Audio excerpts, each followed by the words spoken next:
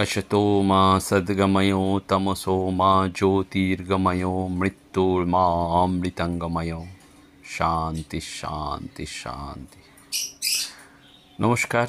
श्री श्री ठाकुर श्री श्री मा एवं स्वामीजी महाराजेर आतुल चरणे भूलुंठित प्रणाम जानाई। प्राणाराम बांगला यूट्यूब चैनेले सम्प्रचारित सत्कथाय प्रतिदिनेर मनन এই ধারাবাহিক অনুধ্যানে আজকে আমরা গুরু নানকের কথা স্মরণ করব। আমরা জানি যে গুরু নানক ছিলেন ভারতবর্ষের চিহ্নিত ধর্মগুরু। 1469 থেকে 1538 এই সময়টুকু কাল ছিল তার জীবনের স্থায়িত্ব। কিন্তু এই গুরু নানক যে ধর্মের কথা বলেছেন সেটা প্রেমের ধর্ম এবং পবিত্রতার ধর্ম। এবং এই গুরু নানক অনুধ্যানের কথা শুনতে শুনতে আমরা আপনাদেরকে শুধু একটু জানিয়ে রাখব যে আগামী 9ই নভেম্বর রবিবার রামকৃষ্ণ সংঘের চতুর্দশ সংঘাধ্যক্ষ পরম পূজ্যপাত শ্রীমৎ স্বামী গহনানন্দজি মহারাজের একটি স্মারক ভক্ত সম্মেলন এবং স্মারক বক্তৃতা অনুষ্ঠিত হবে রামকৃষ্ণ মঠ কথামৃত ভবনে। তো এই দিন বিকেল 4টে থেকে অনুষ্ঠান। পরম পূজ্যপাত স্বামী শিবাধীশানন্দজি মহারাজের সংকীর্তন, স্বামী সিদ্ধেশানন্দজি মহারাজের কথা এবং আমারও একটি বক্তৃতা রয়েছে। আমরা যারা গুরু মহারাজের ভক্ত অনুগামী তাদের কিন্তু গুরু সেবা করার একটা সুযোগ রয়েছে এবং এই গুরু সেবাটি আমরা কয়েকজন ভক্ত মিলে উদ্যোগী হয়েছি, কিছু পরিকল্পনা নিয়েছি। তো যারা আপনারা আগ্রহী তারা আমার সাথে ব্যক্তিগতভাবে যোগাযোগ করতে পারেন রাত্রি 9টার পর যে কোনো দিন। আমরা একটা পরিকল্পনা করেছি যে এই ভক্তদের মধ্যে দিয়ে আমরা গুরুদেবের সেবা কী করে করতে পারি, তো সেটির জন্যই আপনাদের জানানো। আর যারা সেবা অনুদান বা সেবায় হয়তো অংশগ্রহণ করতে পারছেন না কোনো কারণে, তারা কিন্তু অতি অবশ্যই এই কথামৃত ভবনে আসবেন, যোগাযোগ করবেন। শুধু তার আগে ওই কথামৃত ভবনের অধ্যক্ষ মহারাজের সাথে একটু যোগাযোগ করে নেবেন এবং কারা কারা যাচ্ছেন, কতজন যাচ্ছেন সেটা একটু জানিয়ে দেবেন। ওই দিন গেলেও কিন্তু টিকিট পাওয়া যাবে, মাত্র 50 টাকার টিকিট। আমার মনে হয় যে আমরা যারা পূজ্যপাত স্বামী গহনানন্দজি মহারাজের এত সন্ন্যাসী ভক্ত সন্তান রয়েছেন তাদের কিন্তু এটা একটা মিলন উৎসব, একটা মিলন মেলা। গুরুদেবের নামে আমরা সবাই একত্রিত হব। তাই এইটি জানিয়ে আপনাদেরকে এইটুকু বলা যে এই গুরু নানক তিনি ধর্মে হিন্দু হলেও অন্যান্য বিভিন্ন ধর্মের প্রতি ছিলেন তার প্রগাঢ় শ্রদ্ধা।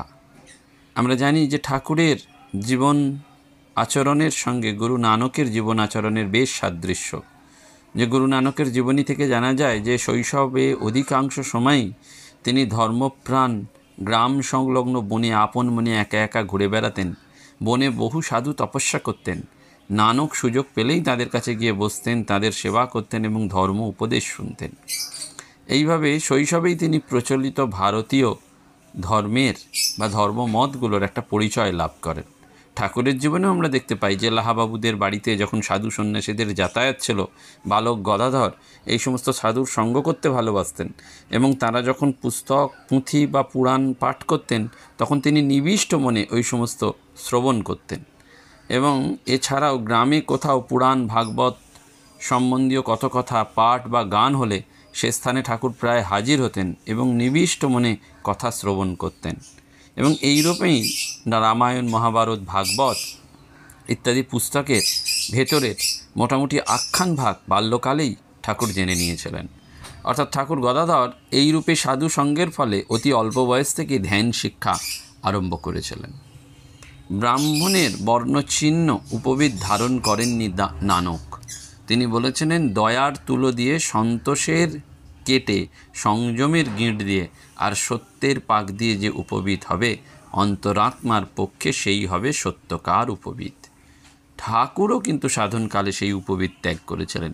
শৈশবে উপবিদ ধারণ করলেও তার চেয়ে সত্য পালনকেও তিনি শ্রেষ্ঠ হিসাবে চিহ্নিত করেছিলেন। সেজন্য গদাধর শূদ্রবংশীয় ধনী কামারনীকে কথা দিয়েছিলেন যে তাঁর কাছ থেকেই প্রথম ভিক্ষা গ্রহণ করবেন। অভিভাবকরা সেটা বাতিল করার পরিকল্পনা করলেও অবশেষে কিন্তু গদাইয়ের জেদের কাছে এই বড়রা নতি স্বীকার করে। যৌবনের সাধনকালেও গুরু নানক গভীর ধ্যানস্থ হয়ে থাকতেন। কেউ কেউ তাকে উন্মাদও বলেছিলেন।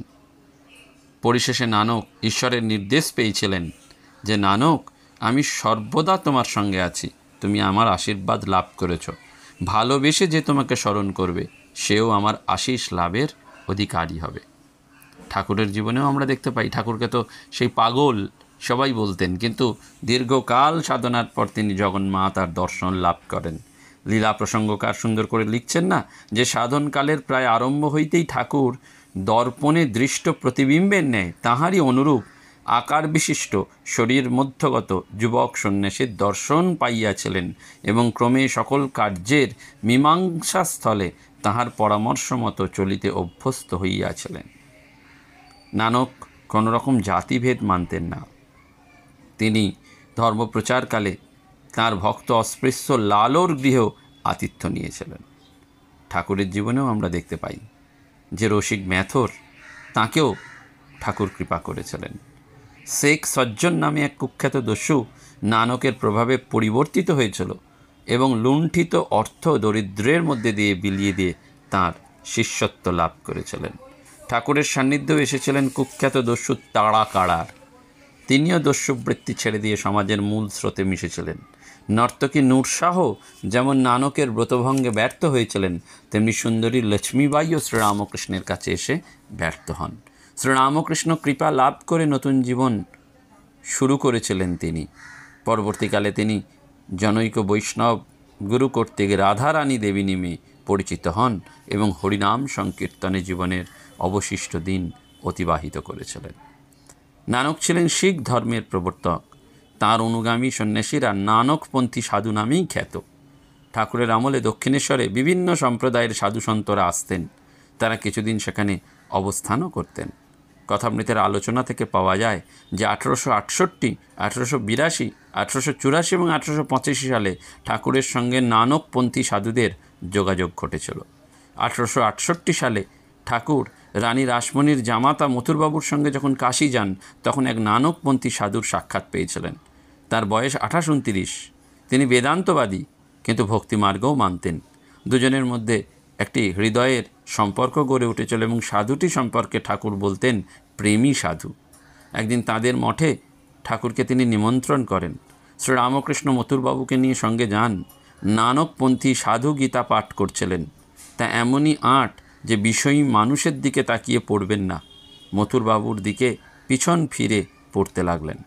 ঠাকুরের দিকে মুখ করে বসলেন। পাঠ সমাপ্ত করে সাধু বললেন, জলে বিষ্ণু স্থলে বিষ্ণু, বিষ্ণু পর্বতমস্তকে, সর্বং বিষ্ণুময়ং জগৎ, শান্তি শান্তি প্রশান্তি। কথা প্রসঙ্গে ঠাকুর তাকে জিজ্ঞাসা করেছিলেন যে এই সংসারীদের পরিত্রাণের উপায় কি? উত্তরে সেই নানকপন্থী সাধু বলেছিলেন, কলিযুগে নারদীয় ভক্তি। এই কথাটি ঠাকুরের খুব পছন্দ হয়েছিল। পরবর্তীকালে আমরা দেখি যে 1882 থেকে 1885 সালের মধ্যেও 3 বার নানকপন্থী সাধুদের দক্ষিণেশ্বরে আগমনের কথা আছে এবং তাদের কাছেই শ্রীরামকৃষ্ণ শিখ ধর্মদর্শনের বহু প্রসঙ্গ শোনার অবকাশ পেয়েছিলেন। বরং পূজ্যপাদ শ্রীমৎ স্বামী প্রভানন্দজি মহারাজের লেখায় রয়েছে যে দক্ষিণেশ্বরে বিভিন্ন সময়ে আসতেন অনেক নানকপন্থী সাধু। শ্রীরামকৃষ্ণ তাদের অভ্যর্থনা করতেন নমো নারায়ণায় বলে। শ্রীরামকৃষ্ণের সাদর ব্যবহারে আকৃষ্ট হয়ে তারা বিভিন্ন সময়ে আলোচনা করতেন, শিখ ধর্ম সম্পর্কে বলতেন। পরবর্তীকালে ঠাকুর বলতেন, শিখরা শিক্ষা দেয় তু সচ্চিদানন্দ। শিখদের মতে অসত্য গাছের যে পাতা নড়ছে তাও ঈশ্বরের ইচ্ছায়, তাঁর ইচ্ছা বই একটি পাতাও নড়বার জো নেই। এবং তিনি আরও বলতেন, শিখরা বলে জমি, জরু আর টাকা, এই তিনটির জন্যেই যত গোলমাল। ভক্ত শিখ সেপাইরা ঠাকুরকে শোনাতো গুরু নানকের সুন্দর সুন্দর কাহিনী। সেই সব শুনতে শুনতে ঠাকুর যেসব ব্যাখ্যা করতেন তা সিপাহীদের মনে খুব ধরত। ঠাকুরের সেসব কথা তাদের হৃদয়ে স্পর্শ করত। ঠাকুর বলতেন যে নানকের গল্পে আছে, অসাধুর দ্রব্য ভোজন করতে গিয়ে দেখলুম সব রক্ত মাখা হয়ে রয়েছে। সাধুদের শুদ্ধ জিনিস দিতে হয়, মিথ্যা উপায়ে রোজগার করা জিনিস দিতে নেই। সত্য পথেই ঈশ্বরকে পাওয়া যায়। শ্রীরামকৃষ্ণের মিষ্ট কথা শুনে তাঁর উপর তাদের শ্রদ্ধা বেড়ে গিয়েছিল। তারা শ্রীরামকৃষ্ণদেবকে গুরু নানকের অবতার বলে মনে করতেন। বস্তুত নানকপন্থী সাধুদের সঙ্গে আলাপচারিতায় শ্রীরামকৃষ্ণদেব শিখদের 10 গুরু সম্পর্কেও বিশেষ জ্ঞান লাভ করেছিলেন। আমরা ঠাকুরের প্রামাণ্য জীবনী গ্রন্থে পাই যে দমদম চানকে এবং দক্ষিণেশ্বরের শিখ সিপাহীদের সঙ্গে তাঁর সাক্ষাতের বিবরণ রয়েছে। শশীভূষণ সামন্তের অপ্রকাশিত পাণ্ডুলিপিতে সেই সব ঘটনা রয়েছে। শশীভূষণ ঘোষ জানাচ্ছেন যে বৈষ্ণব সম্প্রদায়ের সঙ্গে মিলিত হইবার সময় তিনি নানকপন্থী শিখ সম্প্রদায়েরও বিশেষ শ্রদ্ধাভক্তি লাভ করেছিলেন। কালীবাড়ির পার্শ্বেই ছিল গভর্নমেন্টের বারুদখানা। একদল শিখ সৈন্য রক্ষীরূপী সেখানে অবস্থান করছিলেন। এরা সকলেই নানকপন্থী। কালীবাড়িতে মাঝে মাঝে এসে তার সঙ্গে ধর্মালাপ করতেন। তিনিও বারুদখানায় নিমন্ত্রিত হইয়া যাইলে তাহারা তাহাকে আপনাদের পরিশুদ্ধ শয্যায় বসাইয়া নিজেরা ভূতলে বসিত এবং স্বহস্তে তামাক সাজিয়া তাহার সেবা করিত। তাদের হাবিলদার কুয়ার সিং তাকে গুরুর ন্যায় ভক্তি করতেন। কুয়ার সিং একদিন বলেছিলেন, সমাধির পর ফিরে আসা লোক কখনো দেখি নাই, তুমি নানক। তিনি বলিতেন, কালীঘরের সামনে শিখরা বলেছিল ঈশ্বর দয়াময়। আমি বললাম, দয়া কাদের উপর? শিখরা বললে, কেন মহারাজ, আমাদের সকলেরই উপর। তিনি আমাদের সৃষ্টি করেছেন, আমাদের জন্য এত জিনিস তৈরি করেছেন, আমাদের মানুষ করেছেন, আমাদের পদে পদে বিপদ থেকে রক্ষা করছেন। ঠাকুর তখন বলছেন যে আমি বললাম, তিনি আমাদের জন্মদিনে দেখছেন, তা এতে বাহাদুরি কি? আমরা সকলে তাঁর ছেলে, ছেলের ওপরে আবার দয়া কি? তিনি ছেলেদের দেখছেন, তা তিনি দেখবেন না তো বামুন পাড়ার লোক এসে দেখবে? তবে কি তাকে দয়াময় বলবে না? যতক্ষণ সাধনার অবস্থা ততক্ষণ তাকে সবই বলতে হয়। তাকে লাভ হলে তবে ঠিক আপনার বাপ কি আপনার মা বলে বোধ হয়। যতক্ষণ না ঈশ্বর লাভ হয় ততক্ষণ বোধ হয় আমরা খুব দূরের লোক, পরের লোক। অর্থাৎ এই ঠাকুরের সাথে তাঁদের ছিল। শিখ সিপাহীরা ঠাকুরকে একবার ব্যারাকপুরে নিয়ে গিয়েছিল। শ্রীরামকৃষ্ণকে তারা প্রশ্ন করেছিলেন সংসারে কি করে থাকতে হয়। ঠাকুর সঙ্গে সঙ্গে উত্তর দিয়েছিলেন, ওই ছুতোরের মেয়েরা যেমন ঢেঁকির গর্তে হাত দিয়ে চিঁড়ে পাল্টে দেয়, অথচ সেই সঙ্গে ছেলেকে মাই দেয়, আবার হয়তো একটি খদ্দেরের সঙ্গে দর হিসেব করে, এতগুলো কাজ একসঙ্গে করে, কিন্তু মনটা তার থাকে সেই ঢেঁকির দিকে, তাই ঢেঁকিটা হাতের ওপর পড়ে না। সেই রকম সংসারে থেকে 16 আনা মনটি ভগবানে দিয়ে রাখতে হয়, তাহলে আর কোনো গোল থাকে না। এবং প্রভানন্দজি মহারাজের আরেকটি বিবরণ রয়েছে যে শ্রীরামকৃষ্ণদেব গিয়েছেন ব্যারাকপুরে তার বন্ধু রাম মল্লিকের সঙ্গে দেখা করতে। হঠাৎ শিখ সিপাহীদের সঙ্গে সাক্ষাৎ। স্নানের সময় হলো। সিপাহীরা দল বেঁধে ঠাকুরকে সঙ্গে নিয়ে চলল গঙ্গার দিকে। ঠাকুরের সাথে একসঙ্গে স্নান করবে সবাই। রানী রাসমণির ঘাটেই ঠাকুর স্নান করেছিলেন এবং স্নানের ঘাটে এসে সিপাহীদের মধ্যে এসে কেউ কেউ ঠাকুরের চটি জুতো, কেউ ছাতা, কেউ কাপড় ধরেছিলেন। স্নানের ঘাটে ঠাকুরকে নিয়ে তাদের আনন্দ। হৃদয় ঠাকুরকে তেল মাখিয়ে দিলেন। ঠাকুর গঙ্গায় স্নান করলেন। সিপাহীরা ঠাকুরের জন্য কিনে আনলেন 1 টাকা 1 আনার জিলিপি। সাধ্যমতো দেবতাকে তারা ভোগ নিবেদন করলেন। স্নান সেরে ঠাকুর সেই জিলিপি থেকে নিজে একটু গ্রহণ করলেন, আর ঠাকুরের আদেশে বাকি সৈন্যরা সেটি সব প্রসাদ ভাগ করে খেলেন। নানক বলছেন সেই জন্য, যে জন যাচে জিন সচ পছানিয়া আপ মার সহজ নাম সমানিয়া। অর্থাৎ যারা সৎকে জেনেছেন তাদের জীবনই সত্য। ঠাকুরও সঙ্গে সঙ্গে সেইটি বলছেন, মনের লয় হওয়া চাই, আবার অহং তত্ত্বের লয় হওয়া চাই, তবে সেই ব্রহ্মজ্ঞান হয়। নানক বলছেন, সচ সিমরিয়ে হোরে পরগাস, তাতে বিখিয়া মহে রহে উদাস। অর্থাৎ সেই সত্যস্বরূপকে স্মরণ করলে মনের সমস্ত তমসা ভেদ করে আলোকের আবির্ভাব হয় এবং বিষয় সম্পদের প্রতি ঔদাসীন্য আসে। ঠাকুর সঙ্গে সঙ্গে বললেন, কলিযুগে ভক্তিযোগী ভালো, ভক্তির দ্বারাও তাকে পাওয়া যায়। দেহবুদ্ধি থাকলেই বিষয় বুদ্ধি, রূপ, রস, গন্ধ, স্পর্শ, শব্দ, এই সমস্তই বিষয় বুদ্ধি থাকতে সোহম হয় না। এবং এই সেবা ভক্তি নম্রতা নিয়ে নানক বলছেন, বিচ দুনিয়া সেব কামাইয়ে তা দরগাহ বৈঠন পাইয়ে। অর্থাৎ এই সংসারে জীবের সেবা করে পরমেশ্বরকে সন্তুষ্ট করতে হবে। তিনি তুষ্ট হলেই তাঁর শ্রীচরণে আশ্রয় লাভ করবার অধিকার অর্জন করা যায়। ঠাকুর বলতেন, জীবকে খাওয়ানো সাধুর কাজ। সাধুরা পিঁপড়েদের চিনি দেয়। সংসারীদের যা কর্তব্য চৈতন্যদেব বলেছিলেন, জীবে দয়া, বৈষ্ণব সেবা, নাম সংকীর্তন। আর অন্যত্র নানক বলছেন, অপগবায়ে সেবা করে তা কিছু পায় মান। আত্মসুখ বিস্তৃত হয়ে যিনি জীবের সেবার পথ অবলম্বন করেন, তিনি প্রভুর দরবারে যথোচিত সম্মান লাভ করেন। ঠাকুর সেই সম্পর্কেও বলছেন, দেহে আত্মবুদ্ধি করার নামই অজ্ঞান।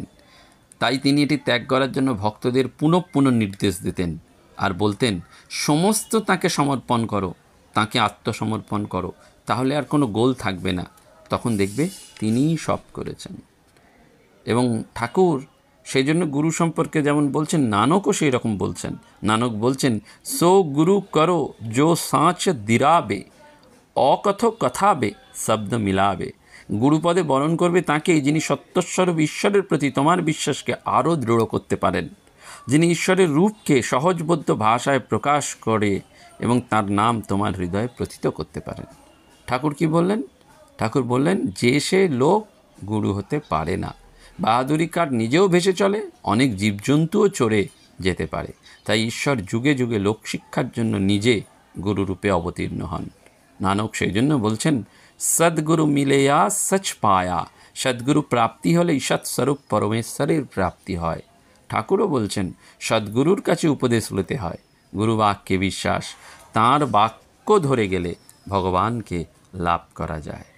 অর্থাৎ এইটি আমরা বারবার দেখতে পাই এবং সেই জন্য আমরা দেখতে পাই যে এই ঠাকুরের প্রামাণিক জীবনী গ্রন্থে দেখা যায় যে তিনি দীর্ঘদিন শিখদের সঙ্গ পেয়েছেন, নানকপন্থী সাধুদের মেলামেশা করেছেন এবং ক্রমে তিনি শিখ ধর্মের মূল চিন্তার সঙ্গে পরিচিত লাভ হয়েছেন।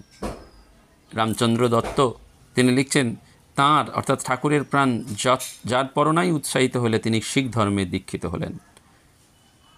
দ্বারিকাবাবুর পুত্র গুরুদাসবাবুর মুখ থেকে শোনা যায় যে পরমহংসদেবের বহু শিখ সম্প্রদায়ের ভক্ত ছিল।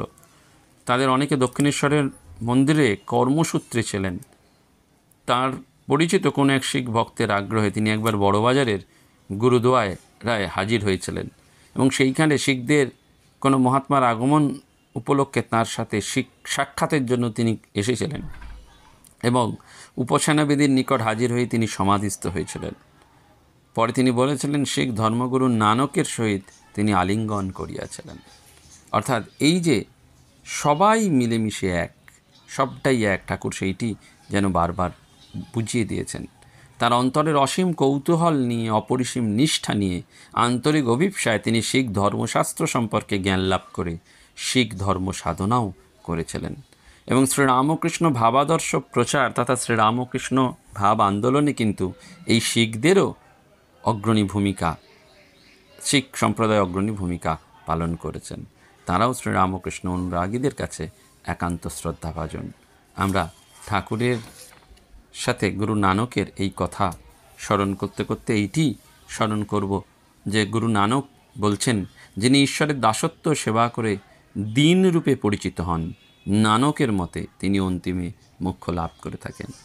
ঠাকুরও সেটি বলছেন, হাজার বিচার করো, অহং ফিরে ঘুরে এসে উপস্থিত হয়।